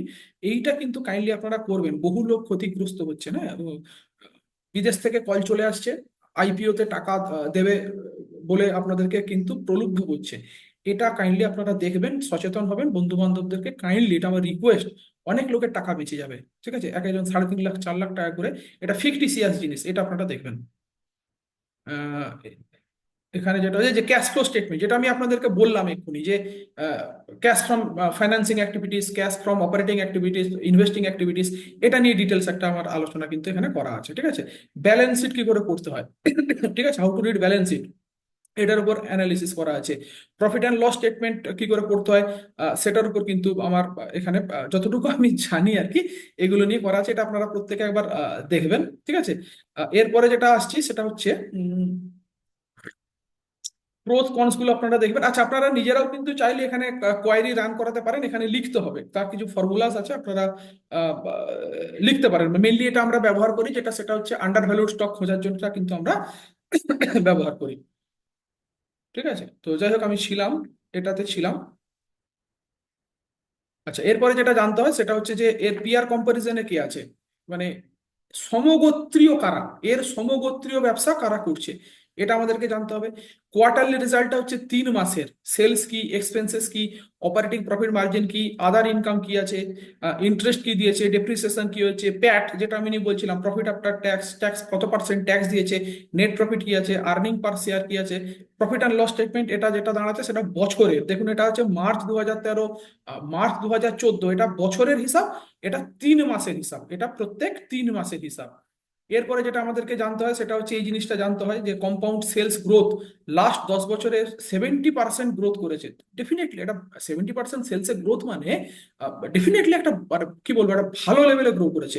প্রফিট গ্রোথ যেটা দাঁড়াচ্ছে সেটা কমে গেছে, ঠিক আছে। 3 বছরের প্রফিটেবিলিটি গ্রোথটা কমে গেছে। প্রফিটেবিলিটি গ্রোথটা কেন কমতে পারে? সেলস হয়েছে, কোম্পানির সেলস হয়েছে, হোয়ার প্রফিটেবিলিটি নেই। দুটো কারণ হতে পারে, আইদার কোম্পানিকে প্রচুর ইন্টারেস্ট পে করতে হচ্ছে, অথবা কোম্পানি যেটা করছে বিজনেসটাকে মানে বাড়ানো, আচ্ছা অ্যাকচুয়ালি ক্যাপাসিটি এক্সপেনশনে আমি দেখাচ্ছিলাম, তার মানে এরা নতুন নতুন ইউনিট তৈরি করে যাচ্ছে। আজ প্রফিটেবল নয়, আগামী দিনে প্রফিটেবল হওয়ার জন্য প্রস্তুতি কিন্তু নিচ্ছে। Stock price, CAGR, return on equity, এগুলো আমাদেরকে জানতে হবে। ব্যালেন্স শিট, যেটাতে মেইনলি অ্যাসেট আর লাইবিলিটিস থাকে। ইকুইটি ক্যাপিটাল কি আছে, রিজার্ভ কি আছে, ঠিক আছে, কোম্পানির রিজার্ভ ভালো, রিজার্ভ মানে কি, এটা কিন্তু স্টেডি গ্রোথ হতে হবে, রিজার্ভ কমে গেলে খারাপ। প্রত্যেক বছর কিন্তু এবছরে যে রিজার্ভ আছে, এর পরের বছরের জন্য রিজার্ভটা একটু হলেও বেশি থাকে। অ্যাসেন্ডিং অর্ডারে কিন্তু এটা হতে হবে। টোটাল লাইবিলিটিস কি আছে, যে লাইবিলিটিসটা বেড়ে গেছে, এই লাইবিলিটিস বাড়ার জন্যই কোম্পানির অ্যাসেট যেটা আছে, মানে প্রফিটেবিলিটি যেটা আছে সেটা কমে গেছে। এইটা ক্যাশ ফ্লোস, এই যে বললাম আমি আপনাদেরকে, cash from operating activities, cash from investing activities, cash from financing activities. প্রথমটা পজিটিভ হওয়া ভালো, পরের দুটো নেগেটিভ হওয়া ভালো। যেমন বলেছিলাম, নেট ক্যাশ ফ্লোস দেখতে হয়। শেয়ার হোল্ডিং প্যাটার্ন, এফআইআই এর এখানে কিছু হোল্ডিং নেই, মেনলি প্রমোটার আর পাবলিকের কিন্তু হোল্ডিং আছে। এবার এখানে যেটা হয় সেটা হচ্ছে আমাদেরকে সেক্টরগুলো একটু জেনে নিতে হয়। আমি সেক্টরগুলো জেনে নিই, সেটা আমরা এইখানে পাবো। বিভিন্ন ধরনের সেক্টর হয়। আপনি ধরুন বলরামপুর চিনি কিনেছেন, আর আপনি যেটা কিনেছেন, সাপোজ ধরুন আপনি মারুতি সুজুকি কিনেছেন। আপনি মারুতি সুজুকি কিনেছেন, দুটো সমগোত্রীয় হলো না। মারুতি সুজুকির ক্যাটাগরিটা আলাদা, বলরামপুর চিনির ক্যাটাগরিটা আলাদা। তাহলে এইগুলো হচ্ছে সেক্টর। এই জিনিস যেগুলো, এইগুলো হচ্ছে কিন্তু সেক্টর। কোন সেক্টর চলছে সেটা আপনাকে নিউজে রাখতে হবে। আমাদের মাননীয় প্রধানমন্ত্রী এর আগের ইলেকশনে, মানে এই ইলেকশনের আগে ডেফিনেটলি উনি ঘোষণা করেছিলেন যে ডিফেন্স সেক্টরে আমরা ইনভেস্টমেন্ট বাড়াবো। আপনারা প্রত্যেকে দেখেছেন যে কোচিন শিপইয়ার্ড থেকে আরম্ভ করে যতগুলো ডিফেন্স, হিন্দুস্তান অ্যারোনটিক্স, কি হারে কি হারে স্টকগুলো কিন্তু বেড়েছিল। তাহলে গভর্নমেন্টের এখন ফোকাস কোন দিকে, সেইটাও কিন্তু আপনাকে নজরে রাখতে হবে। এর জন্য আপনারা টিভি চ্যানেল যেগুলো আছে সেগুলো দেখতে পারেন, আপনারা বিভিন্ন গ্যাজেটস পড়তে পারেন, বিভিন্ন কোম্পানির ওয়েবসাইট, আপনারা মানি কন্ট্রোল দেখতে পারেন। মানি কন্ট্রোলও আমাদের কিন্তু অনেক নিউজ দেয়। সাপোজ ধরুন এখন গভর্নমেন্ট বললো যে ধরুন সিমেন্ট ইন্ডাস্ট্রি নিয়ে গভর্নমেন্টের কোনো চিন্তা ভাবনা আছে, আমি সিম্পলি সিমেন্ট ইন্ডাস্ট্রিতে যাব। এই সিমেন্ট ইন্ডাস্ট্রির মধ্যে এতগুলো শেয়ার আছে, আমি কিন্তু এদের মধ্যে সবচেয়ে যে শেয়ারটা সেরা শেয়ার, সেই সেরা শেয়ারটাই কিনবো। সেই সেরা শেয়ারটা কোনটা, সেটার জন্য আপনাকে প্রচুর পড়াশোনা করতে হবে। আর এই এতগুলো জিনিস কিন্তু আপনাকে পড়াশোনার মধ্যে রাখতে হবে। থরলি থরলি বিষয়টা কিন্তু আপনাকে শিখতে হবে। তো যাই হোক, আমরা আমাদের পার্টটা এখানে এন্ড করব। 1 ঘন্টার প্ল্যানিং ছিল, 10 মিনিট বেশি হয়ে গেছে। আহ, আপনারা যদি চান শিখতে, আমরা এই বিষয়গুলো ডেফিনেটলি শেখাই আমাদের স্টুডেন্টসদেরকে উইথ লাইফ টাইম সাপোর্ট। আমরা বোথ অফলাইন এবং অনলাইন ক্লাসেস কন্ডাক্ট করে থাকি, খুব নমিনাল ফিজে আমরা এই জিনিসগুলো কন্ট্যাক্ট করি। আমি আমার কন্ট্যাক্ট নাম্বারও ডেফিনেটলি আপনাদেরকে দিয়ে দেবো, অসুবিধা কিছু নেই। বা আপনারা প্রত্যেকে যে গ্রুপে আছেন দেখবেন, যিনি অ্যাডমিন আছেন ডেফিনেটলি উনি ওই গ্রুপের দায়িত্বে আছেন, আপনারা চাইলে ওনার সাথেও যোগাযোগ করতে পারেন। তো let me finish my part, আমি কোশ্চেন অ্যান্সার পার্টে চলে যাব। আহ, প্রত্যেকের কোশ্চেন অ্যান্সার আমি নেব, একই ধরনের কোশ্চেন যদি হয় সেটা রিপিট নাও করতে পারি। আজকের টপিক রিলেটেড যে মানে বিষয়টা, যে জিনিসটা আমরা শিখলাম, এটার উপরেই আপনারা প্রত্যেকে চেষ্টা করবেন কোশ্চেন করার। আমি এটা কিনেছি, এই দামে কিনেছি, এখন ফেঁসে গেছি, আমি এই ধরনের প্রশ্নের অ্যান্সার কিন্তু দেব না।